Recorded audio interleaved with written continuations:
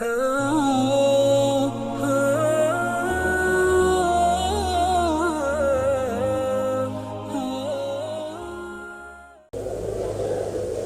yang paling dicintai oleh Rasul SAW ketika beliau sholat sunat fajar, beliau membaca ayat Qul ya ayyuhal kitabi ta'alau ila kalimatin sawain bainana bainakum alla na'budu illa Allah wa la nusyrika bihi wa la yattajiza baduna ba'dan.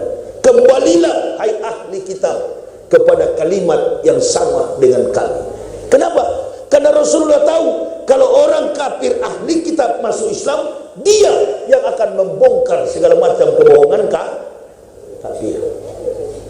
Kalau bapak ibu nggak bisa bongkar, mau bongkar bagaimana? Nggak tahu apa-apa, nggak pernah kafir.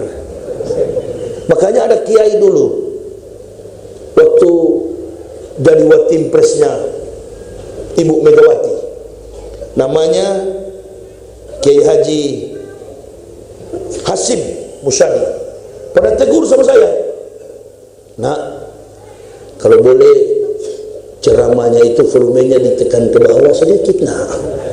Saya bilang, sudahlah Pak Kiai, Pak Kiai kan tidak pernah kafir, tidak usah nasihati saya.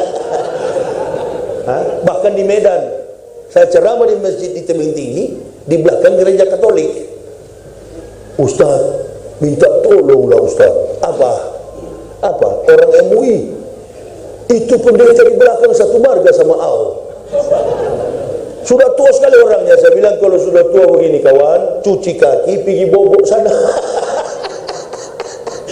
Tidak usah urus jihad. Kalau sudah tua, cuci kaki, pergi bobok. Perbanyak amal karena sudah mau menghadap. Jangan lagi berbuat maksiat, apalagi ambisi menelan dunia. Sudah tua itu fokus beribadah. Coba lihat munafiknya manusia ini. Waktu dia masih jaya, waktu dia masih jenderal, waktu dia masih bertugas, waktu dia masih punya jabatan, pejabat, cuek dengan masjid. Nanti kalau sudah pensiun, pura-pura merapat pakai sarung. Mun. Banyak begitu, banyak. Karena sudah mau mati, karena sudah tahu, sudah tidak punya kekuatan. Nah, saya curiga juga orang-orang yang di samping Jokowi ini begitu. Pak Jokowi ini kan kita pilih dulu, termasuk saya yang pertama kali simpati ke beliau, karena sederhananya, kepolosannya. Artinya belum tahu rupiah. Nah sekarang sudah tahu rupiah, sudah nggak bisa lagi. Iya kan? Di samping kiri kanannya, muka belakang, atas bawah, mulai nggak atur, setir. Sudah yang begini-gini kan sudah kelihatan. Konferensi pers, RCTI, Metro TV One pun sudah gabung ke situ sekarang. Yang tadinya politikus seperti Fahri Hamzah, vokal, ini sudah mau turun, takut-takut. Jangan nanti Jokowi dendam, saya dulu ini di penjara, saya bela Jokowi. Jadi mental kerupuk begini nih. Saya sudah 13 kali dilapor polisi. Bahkan saya bawa baju ke Bareskrim. Kapan Pak saya di penjara? Jangankan mau masuk penjara, mau mati untuk agama ini nggak peduli saya. Allahu Akbar. Mesti begitu. Jangan setengah-setengah. Ini yang masuk Islam yang dari kafir-kafir ini. Ulama diganggu, mereka tiarap. Islam lagi perang, tiarap di belakang layar. Masuk Islam cari makan. Masuk Islam minta dijamin. Masuk Islam cari makan. Masuk Islam karena perut. Masuk Islam karena mau kawin. Syahwat. Bukan masuk Islam karena mau bela Islam. Tadi yang dibaca korek tadi. Ya ayyuhalladzina amanu udhulu fi silmi kafah, masuk ke dalam Islam secara kafah, sungguh-sungguh, lahir batin. Perjuangkan ayat agama Allah ini, jangan ragu-ragu. Banyak umat yang bela. Saya ceramah begini, saya pikir banyak yang benci. Di luar-luar tidak ada yang benci. Ketemu di rumah makan, selfie. Bahkan di bandara kemarin di Batam, Ustaz nggak takut jalan sendiri begini? Takut sama kau? Bukan Ustaz, saya Muslim. Saya bilang takut sama siapa? Takut sama orang kafir di bandara begini Ustaz. Ini negara hukum. Ini negara hukum. Kau Muslim? Iya. Kau kenal Umar bin Khattab? Tahu kisah Umar bin Khattab? Ya. Jangankan makhluk kafir, sedangkan setan pun takut dengan Umar. Kau sedang berhadapan dengan siapa? Dengan Umar saat ini. Pergi memanglah. Bilang kalau ada di bandara sini, kafir-kafir neraka semua. Di samping saya ada duduk perempuan pakai kalung salib. Langsung begini-gini. Itu yang batuk juga itu. Dakwah bukan cuma di masjid, di bandara, di pelabuhan, sikat. Bukan karena benci, mempermalukan, karena orang kafir ini sombong, menganggap diri punya harta. Justru yang Masya Allah, umat Nabi ini sudah memiliki segala-galanya. Memang secara kuantitas tidak punya umat Nabi ini, harta nggak punya. Dari 8 miliar penduduk bumi, umat Islam cuma 1,7 miliar, tidak separuh. Tapi umat Islam ini punya harta yang berharga di dalam jiwa mereka. Iman Islam. Itu yang nanti menghibur mereka di sana, di akhirat. Makanya Allah tahzan, jangan bersedih, jangan menunjukkan lemah, jangan menunjukkan rasa muram, jangan juga mengeluh kecuali kepada Allah. Saya dilatih oleh guru saya, pokoknya jangan pernah sedih, Pak Yahya. Kamu sudah mendapatkan harta yang berharga, iman Islam. Tegakkan agama ini. Saya akan pulang Pak Yahya, saya akan kembali ke rahmatullah. Saya sudah melihat detik-detik terakhir saya Islamkan Bapak. Nah ini yang saya perhatikan. 3 hari 3 malam saya berdialog dengan penjual ikan yang datang ke rumah kami. Istri saya tidak melihat lawan bicara saya.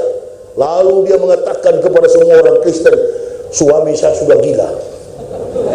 Ngomong sendiri. Padahal yang saya ajak ngomong ada berhadapan. Berturut-turut 15, 16, 17 Ramadan, 18 Ramadan, 11 April, 11 Oktober tahun 2006. Kami mendapat hidayah, satu keluarga, saya, istri, dan 3 orang anak. Detik terakhir saya mengucapkan syahadat, tangan saya, dengkul saya lumpuh, merayap saya di lantai. Satu kata dalam Al-Quran itu, saya ambil Bible, saya ambil Al-Quran, saya taruh dalam kamar gelap. Karena selama 8 tahun saya sudah tidak konsentrasi di agama Kristen. Setiap kali mimpin kebaktian hari Minggu, saya bawa Al-Quran kecil, Al-Quran saku. Dan selalu saya katakan, orang Islam itulah yang masuk surga. Kita ini domba-domba sesat masuk neraka. Terakhir kali saya ceramah begitu, hampir dikeroyok dalam gereja saya. Ya, tapi dianggap oleh para jemaah Kristen itu, jemaat Kristen saya ini sudah, karena terlalu banyak membaca buku, katanya sudah gila. Sebut saya, itu Yahya Wallawi pendeta gila itu. Saya tidak marah karena yang mengatakan saya gila adalah orang-orang gila. Kalau marah kita sama-sama jadi gila nanti. Makanya ada video saya menentang seluruh pendeta di Indonesia. Jangan cuma tuh Esra Soro itu. Dia bukan kelas saya waktu saya di sana itu. Kelas saya itu Paul Yonggicho, Maurice Rulo, itu yang dari Eropa. Datang ke sini. Kalau cuma pendeta kelas Malang begini Solo, innalillahi. Belajar hanya menjadi kampung begitu nggak perlu. Bukan lawan saya. Cerdas, smart, mendapatkan Islam karena kajian ilmiah, membaca, sadar, lalu diberikan Allah hidayah di dalam dada. Ajak istri, ajak anak, ayo kita masuk Islam. Anak saya waktu kecil dia tanya, Pak, di mana Tuhan Yesus? Saya bilang itu di dinding. Aduh, kok luka-luka begitu Tuhan, Pak? Namanya anak kecil ya harus jawab kan? Mana Tuhan Yesus, Pak? Itu di dinding sana. Aduh, luka-luka, Pak. Ya luka-luka dulu, baru kita masuk surga. Yesus mati demi menebus dosa manusia. Itu konsep dogma Kristen, bukan dogma, doktrin. mati dulu Pak. Iya. Begitu saya masuk Islam, saya tanya orang gila di Bandung, cek di mana Allah, di mana Tuhan? Dia bilang di atas. Nah, mana kira-kira yang gila? Dalam Asmaul Husna, Allah itu Al-Ali. Salah satu nama adalah Al-Ali, di tempat yang maha tinggi, raja di raja, raja di atas segala raja, bukan di dinding. Mana kira-kira yang gila? Yang tunjuk ke dinding atau yang tunjuk ke atas? Ini dalam ilmu fikih. Kalau dalam ilmu tasawuf, Allah itu lebih dekat daripada urat nadi. Nah, sekarang mana yang kira-kira yang gila? Antara saya dengan orang Islam yang gila tadi. Sama-sama gila, tapi yang lebih gila yang tunjuk ke dinding. Jadi kami ini bukan gila, baru sembuh dari yang begitu-gitu mesti dikaji ilmiah. Jangan sembarang-sembarang juga. Saya juga merasa diri begini waktu pertama masuk Islam. Jangan-jangan betul saya gila ini ya. Karena saudara-saudara saya, orang tua saya semua Kristen. Kenapa saya masuk Islam? Jangan-jangan saya sudah gila. Saya uji. Iya ya, betul juga. Anak saya tanya mana Tuhan, ada di dinding. Saya tanya orang gila, ada di atas. Mana yang gila sebenarnya? Sama-sama gila. Berarti orang gila belum tentu sesat. Orang sesat lebih daripada gila. Oh, berarti saya baru sembuh dari gila. Nah, ini yang hadir sini, kalau ada mualaf, ente berbesar hatilah. Bukan gila, tapi baru sembuh dari gila. Nah, karena baru sembuh dari gila, jangan lama-lama ceramah. Kalau begitu ya, kopi juga kurang manis ini. Ini goyang sembarang ini. Yang penting Ustadz lihat hitam ini. Tapi tidak enak ini. Tadi malam yang enak di masjid itu. Cuma sound system memang bagus di sini. Rasa-rasanya saya mau pindahkan sebentar malam untuk jadwal malam, pindah ke sana. 3 ini Gus Wandawa ini bawa saya ceramah. Masjidnya bagus-bagus, sound systemnya nggak bagus. Ini masjid ini sound system dari tahun berapa ini? Ini kalau nggak dibungkus bisa terstrung tangan saya. Bagus ini sound system. Saya belum mau berhenti ini, 3 jam lagi. Enak ya. Bapak Ibu sadarlah bahwa memang orang seperti kami begini ini jangan dibilang lemah. Kami ini justru lebih kuat karena kami tahu bagaimana konsep kemunafikan orang-orang kafir itu. Kami lebih tahu karena kami dari dalam. Sekarang kami ada di sini. Kadangkala kami lemah karena melihat orang Islam sendiri yang menjual-jual akidah Islam. Kasihan kami lihat itu. Konferensi pers, kami lihat di belakang mahasiswa ini ada Islam radikal. Aduh, yang ngomong ini bukan orang Kristen, tapi Islam. Wiranto. Nah, sekarang sudah mulai Allah tunjukkan kuasanya. Sekarang sudah mulai berhadapan dengan orang Ambon. Jadi kita umat Islam diam-diam saja, pura-pura nggak tahu. Ya, nggak usah kita demo-demo lagi di lapangan. Biarin. Semakin kita pakai kekuatan kita, Allah akan jauh. Jadi kita bikin kejadian-kejadian aneh begini, dakwah saja di masjid. Undang lagi, saya pulang, datangkan lagi Ustadz siapa, datangkan lagi Buya Yahya, datangkan lagi Zulkifli Ali, datangkan lagi UAS. Kita hibur diri kita, bahagiakan diri kita dengan tabligh akbar. Yang penting panitia kuat tahannya. Apalagi seperti tadi sambutan gak panjang-panjang, itu bagus Ji. Tadi kalau ente panjang-panjang, saya sudah siapkan konsep, saya mau hajar ini. Bersyukur kalian, kiai besar yang datang, kalian panjang-panjang sambutan. Ya, dulu pernah terjadi begitu di masjid. Dia datangkan saya, nggak taunya uang dari bupati. Begitu saya di dalam masjid, lagi sambutan, dia bisik saya, Ustaz, itu sebentar yang di samping sana itu calon bupati. Nah, lalu ente bilang ini kan puluhan ribu yang hadir. Ya, terus ini acara ini terselenggara karena dia punya dana, Ustadz bisa naik pesawat. Bukankah saya hadir sini karena Allah? Kenapa ente bilang dia? Iya, tapi duitnya dari dia. Oke. Jadi saya mau bilang apa? Bilang saja sama jemaah, pilih dia jadi bupati. Siap. Begitu saya ceramah dan saya bilang, Ustadz ini tadi bilang sudah pilih tuh haji sana itu untuk jadi bupati. Semua jemaah jangan pilih manusia itu. Jangan. Baju yang Allah berikan, hidayah yang Allah berikan, jangan dimanfaatkan untuk kepentingan politik. Saya dukung Prabowo kemarin, saya juga cebong. Saya serang cebong, bukan cebong, saya juga kampret kemarin. Tapi sekarang kan sudah selesai. Di sini juga pasti ada cebong, pasti ada juga kampret. Saya dukung Prabowo karena Prabowo pensiunan tentara, bapak saya pensiunan tentara, sama kita. Itu saya dukung Prabowo. Yang di sana enggak tahu saya, mungkin PKI silakan kau. Nah, saya dukung Pak Prabowo karena ibunya juga orang Manado. Sama, ada hubungan emosional. Begitu kan? Antum yang dukung Pak Jokowi silakan. Sekarang sudah selesai antara kampret dan cebong. Bersatu sekarang karena orang kafir mulai berani.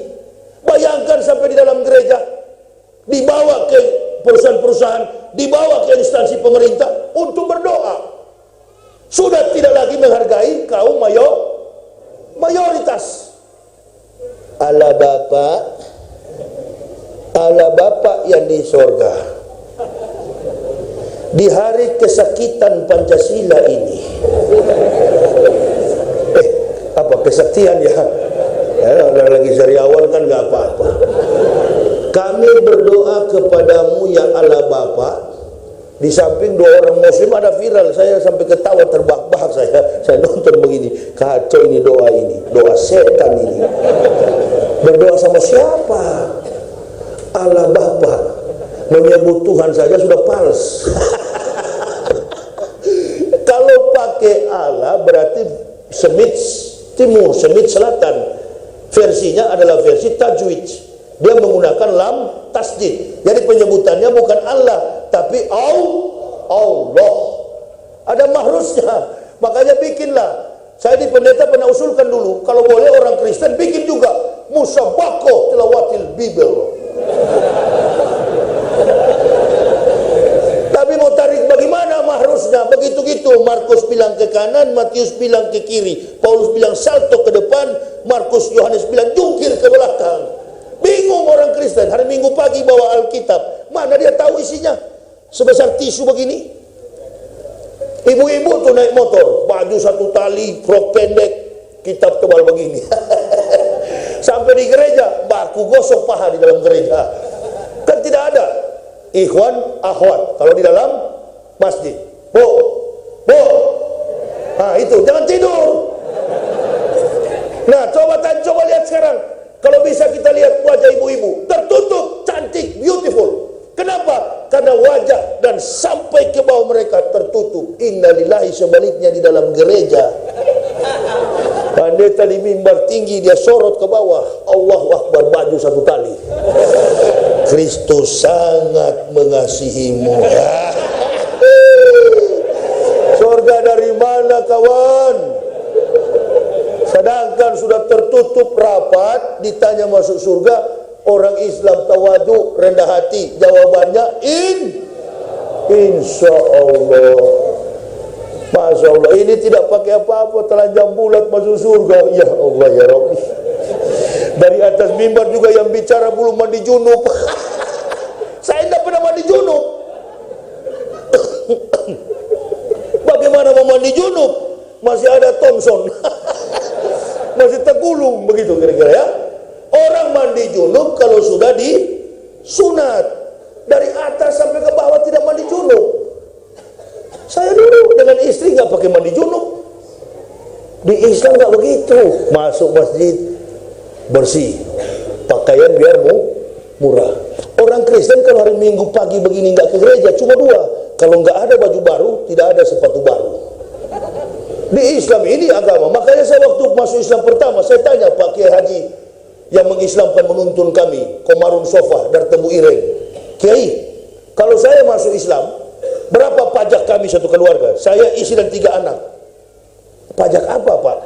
Ya pajak, kalau di gereja kan 10%. Islam berapa persen? 10%. Sedangkan di kafir aja 10, berarti Islam mahal ini Kiai. Oh nggak ada pajak-pajak begitu Pak Yaya. Silakan semua masjid Bapak boleh sholat. Alhamdulillah. Sudah begitu, nggak ada pajak. Saya pikir-pikir, ada pajak habis, sudah nggak ada kerjaan. Istri saya bilang, makanya pikir-pikir. Saya kan sudah bilang, pikir-pikir dulu kalau mau masuk Islam. Ya cabut dulu di rekening banyak-banyak, baru masuk Islam. Mana saya tahu? Sudah jengkel saya. Namanya ibu-ibu kan otaknya uang semua itu. Dia di belakang-belakang itu.